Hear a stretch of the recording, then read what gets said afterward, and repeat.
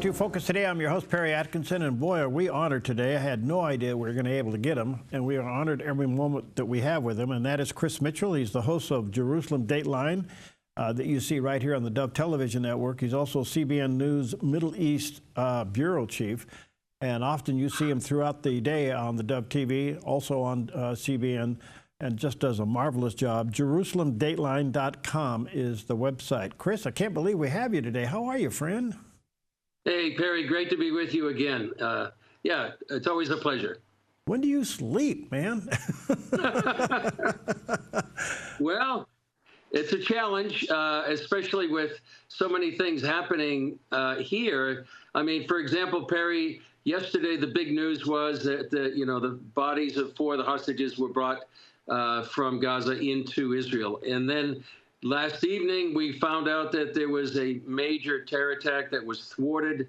Then that was the big news. And then we woke up this morning, Perry, to hear the shocking news that the 4 bodies that were brought by Hamas into Israel, that one of the bodies wasn't a hostage, and it wasn't the wife of a man named Yarden Bibas. It was somebody else, and so nobody knows exactly where presumably where the body is right now. So it's challenging, Perry, to be reporting on what's happening here in Israel, in the Middle East. But we have a wonderful team here at the Bureau, and, they do a great job. Well, you guys really do. So, Chris, these 2 incidences, the buses and now one of the bodies not even being a terrorist, is that clearly a violation of the ceasefire accord?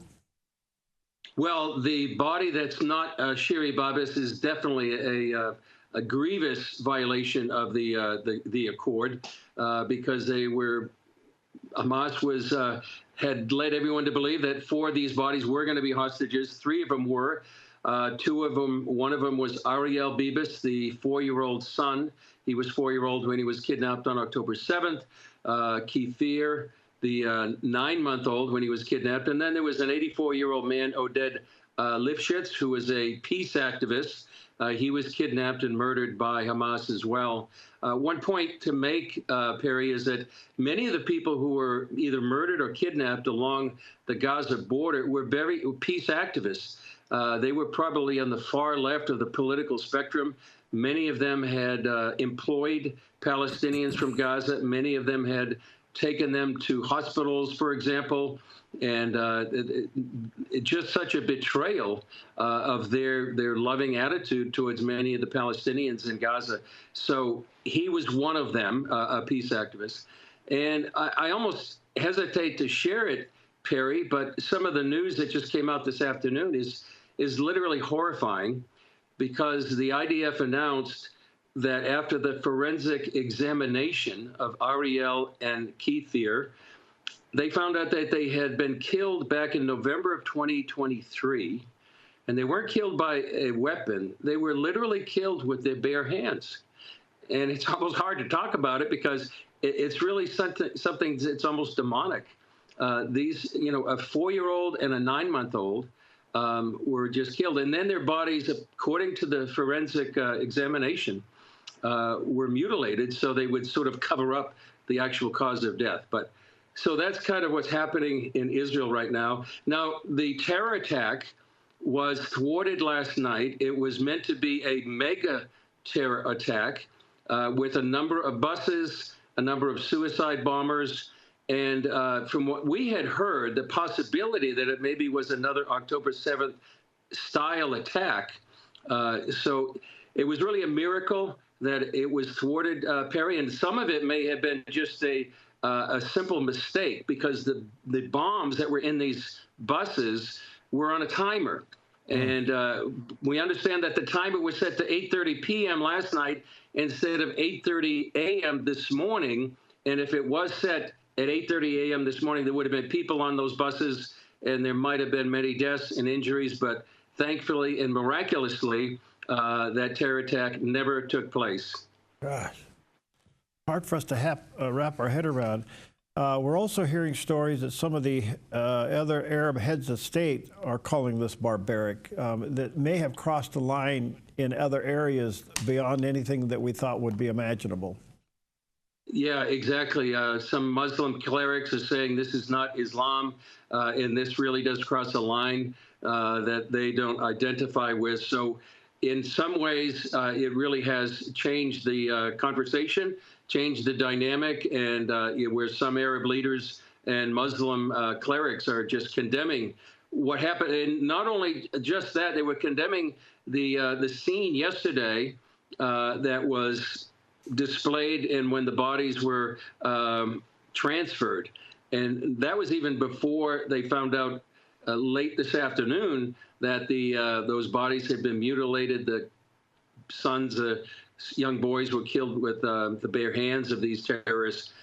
So yeah, it really has crossed the line for many. And I'm waiting. We'll see what happens. And now, Prime Minister Benjamin Netanyahu was very strong today, called these people monsters, and he had a picture of the young boys, young Bebas boys, and was very strong in his condemnation. I'm sure we're going to get a very strong condemnation from President Trump. And his envoy, Perry, said that the message to Hamas he was delivering was that they're going to be annihilated. Okay, so is the number that I've heard is there's still 20 hostages, but they're not sure they're all alive. That's what's remained. Is that true? Well, tomorrow, 6 alive hostages are planned to be released. My numbers, and Perry, they change. They seem to change a lot. I think there's 59 remaining, but 35 of those are confirmed dead. So the number your number around 20 might be quite accurate about how many are still alive inside Gaza yet to be released.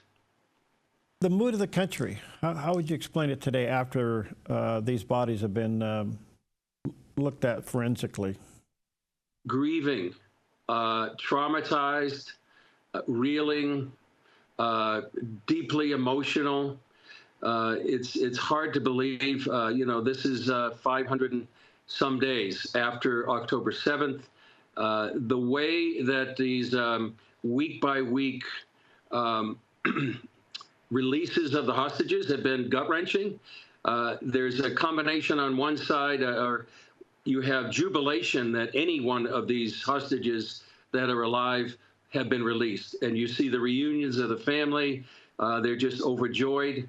And yet the other side of the spectrum is, well, there's dozens of hostages yet to be released. And also another factor in this, Perry, is that to get for example, the 6 released hostages tomorrow, there'll be several hundred Palestinian prisoners released. Now, these are prisoners who have committed terror attacks, and historically, these releases, many of the prisoners have gone back to terror. And so the question for many Israelis is, well, what about the people that in the near future might suffer from a terror attack, be injured, or even killed?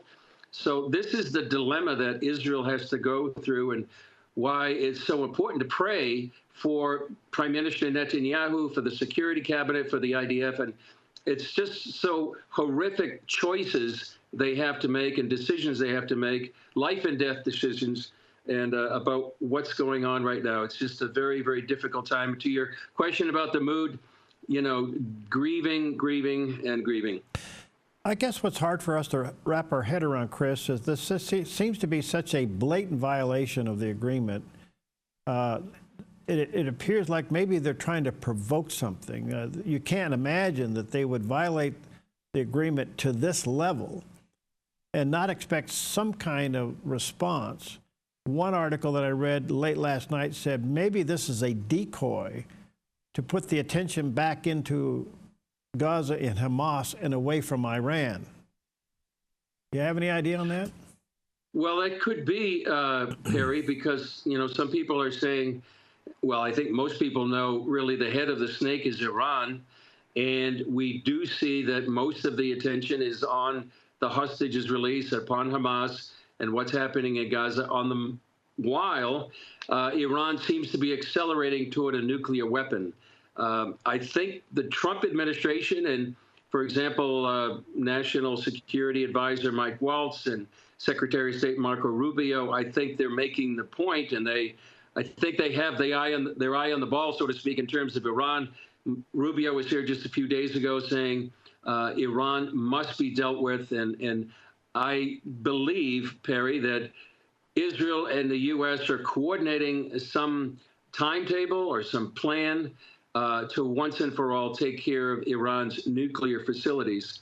The other reason I think for what's going on in Gaza and these events that are it just seems so somehow demonic, Perry. Right. It's hard to describe it any other way. Right. The cruelty, the manipulation, the barbarism. It's just it's a spiritual battle, I think, that Israel's going through, and they're reeling because of it, and that's why people should be praying for the peace of Jerusalem.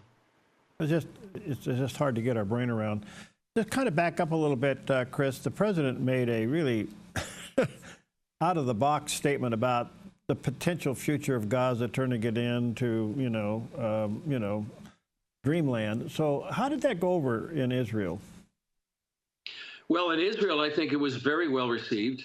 I think many people have that are either on the front lines on the Gaza border, or people as far away here in Jerusalem or Tel Aviv. They know that what Gaza has been for the last 20 plus years has been a bane for the Jewish people. Probably 30,000 rockets in that time span. And so if Gazans were relocated to another country, whether that be Egypt or Jordan, Morocco, I think people here in Israel would welcome that, and that the people that maybe somehow Gaza can be redeemed and restored, like President Trump is advising.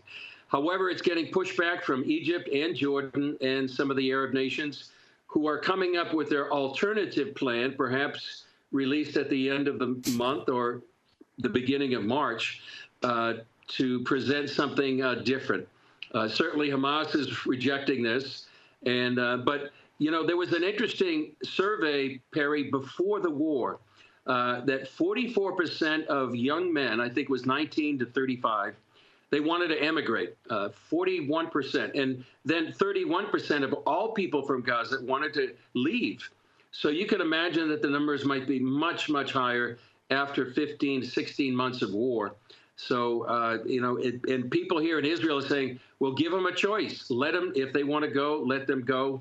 And but that's going to be a very, very difficult process going through between the White House and the Arab nations in Israel and the people of Gaza themselves.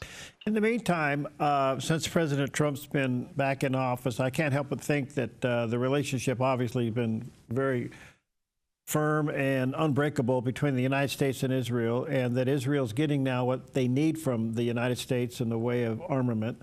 That given the violation of the accord, the ceasefire accord, normally Israel would go in and say to the Palestinians, get out, we're coming in. Do you think we're going to see that in the next 48 hours before some kind of military action? Not right now, Perry. The reason being, I don't think they want to upset the next 24 to 48 hours with the 6 alive hostages. That I'm sure they want them to get out of Gaza as soon as they can. The dilemma has always been, since October 7th, that Israel can go in.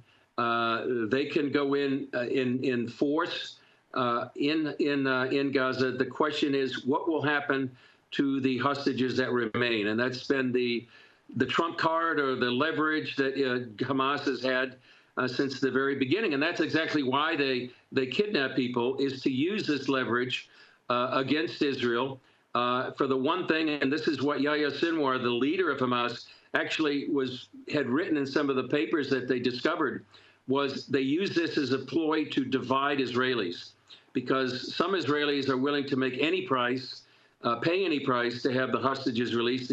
On the other hand, some people are saying in Israel, well, you can't pay any price. You have to draw a line somewhere, and that certainly puts the hostages at risk. So it's a very, very difficult time. So I don't see any military action just yet into Gaza. Interesting. All right, let me take a quick break. JerusalemDateline.com, that's Chris's website. Of course, you see his program here on the Dove TV network.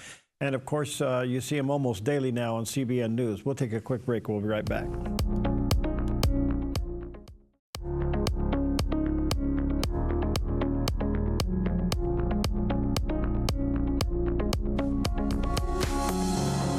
Okay, welcome back. Always an honor to have with us Chris Mitchell, and just so honored that you give us time today, Chris, with your schedule. Chris heads up Jerusalem Dateline. You see that program on the Dove Television Network, and of course, you see him almost daily on the CBN News Watch and CBN News. He's also the CBN News Middle East Bureau Chief, and the website, JerusalemDateline.com. Chris, I can't get my head around Egypt. Is Egypt complicit to some of this? Yeah, I think so, Perry. Complicit in the sense that what's called the Philadelphia corridor, and that's the border between Egypt and Gaza. They know that there had been dozens of tunnels, smuggling tunnels, where Hamas was able to build up its war machine because of those tunnels. So it had to have the complicitness of Egypt to go ahead and allow that smuggling to go on.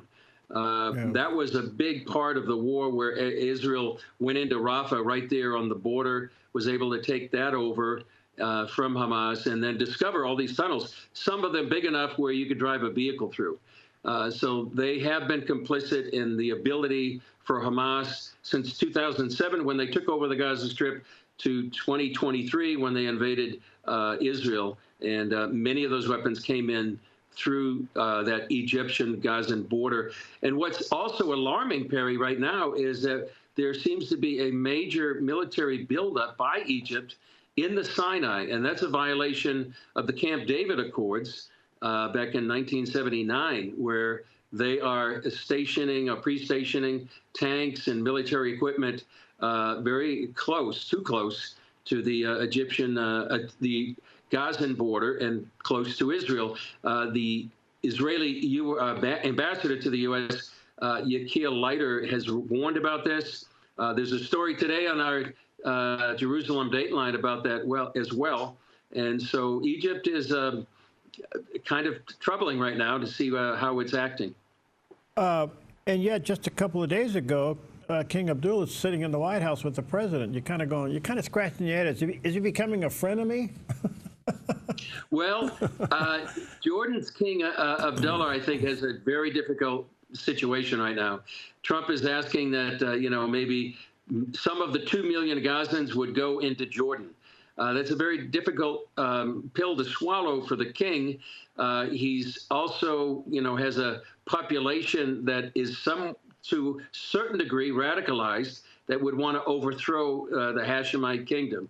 So he's in a very delicate position, although he needs U.S. support and U.S. aid. So that's why he was in the White House, and he was very non-committal about actually embracing President Trump's plan. So that was a very difficult thing. Now, President El-Sisi was scheduled to be at the White House. Now, he canceled his visit because they don't agree with President Trump's plan to relocate all the people in Gaza. And as I said, he will be part of the Arab summit to present an alternative to President Trump's plan to relocate all these people in Gaza and make Gaza, like a Singapore of the Mediterranean. So help me understand also, why won't Egypt accept the Palestinians? They'll take the children, but not the adults. Why? Because the Muslim Brotherhood, which spawned Hamas, is a radical group that would love to overthrow the Egyptian government. No, Hamas is, the stepchild of the Muslim Brotherhood. So the people in Gaza have been indoctrinated with this kind of ideology to overthrow, to destroy Israel for one, kill Jews second, but also overthrow any government that they consider moderate or not as Islamic as it should be. So they don't want, maybe 2 million Gazans in their country that would foment any opposition to the government itself. That's one reason. And I think there is maybe they just don't want to take the burden of having all these refugees in there. Some people think maybe just put them in Sinai, or have them put them in Sinai maybe as a temporary shelter while Gaza can be rebuilt. Give us an update at the north end of Israel, up around Lebanon and Hezbollah. A lot of people, Israelis, have still been displaced. Give us an update there. Will they ever go home soon, you think? Well, some people are going back right now, Perry. In fact, Julie Stahl, our correspondent here, did a story on that. It's not as clear-cut as people would like. Part of that is the reason that there was a ceasefire that some believe was premature, where Hezbollah was on the run, and it was probably could have been totally vanquished in southern Lebanon and in much of Lebanon itself. But the ceasefire has left sort of a gray area that Hezbollah is not totally defeated. They want to come back into southern Lebanon. And so I think there's still a reluctance on some people that have been evacuated from the north since maybe October 7th or 8th, and about going back there. But there are some that are going back. Thankfully, there hasn't been the rocket attacks that had been for months and months from southern Lebanon into northern Israel. But it's still a tough time for people in the north to go back to have a complete sense of peace that rocket attacks may not come back again. Is it true, and I don't know, maybe speculation, but Israel, Netanyahu's pretty much wants to go in and neutralize Iran. President Trump would rather do it more through sanctions. Do you have clarity on that? Well, he does want to put, and he has begun, I believe, what some people call maximum pressure 2.0.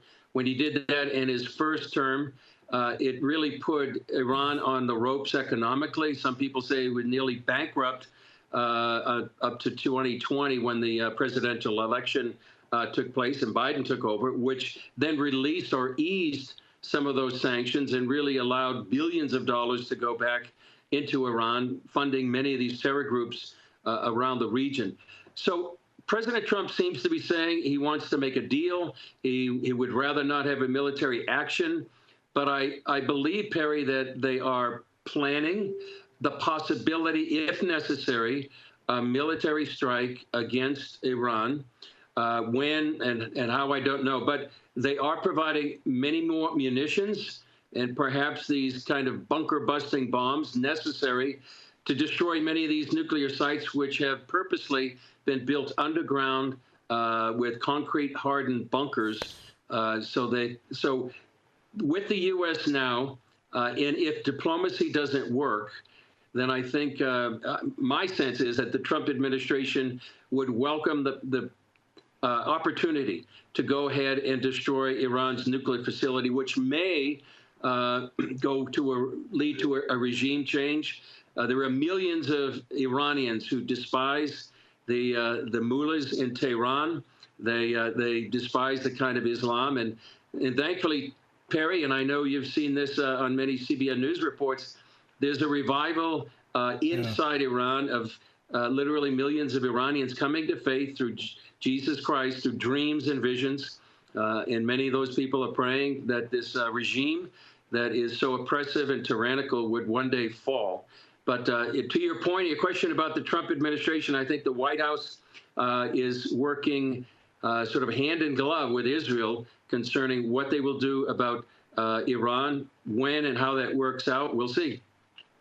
It seems to me, and I'm not trying to be overreactive here, but it seems to me ultimately a regime change has to be on the table.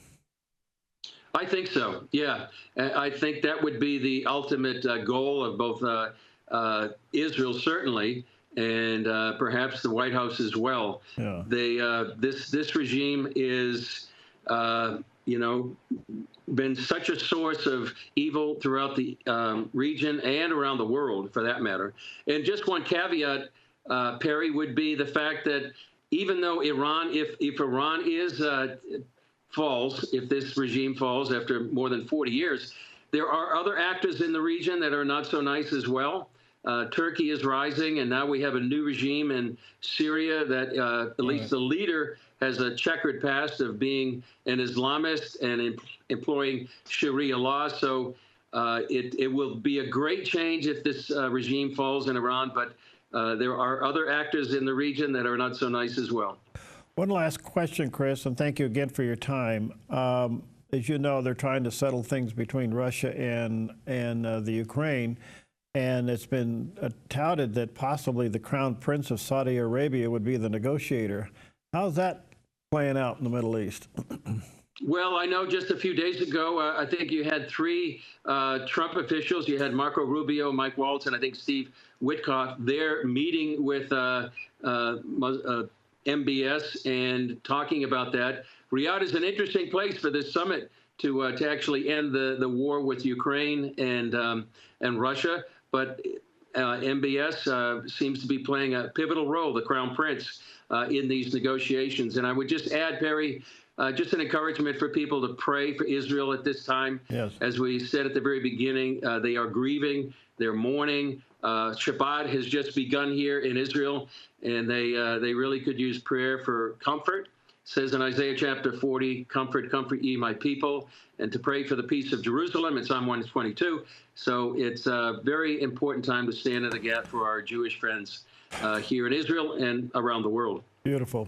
Thank you, Chris. Thank you. Please know that you are in our prayers as well. We value your time, and thank you for it. God bless you, my friend. We certainly will continue to pray. God bless you, Perry. All right.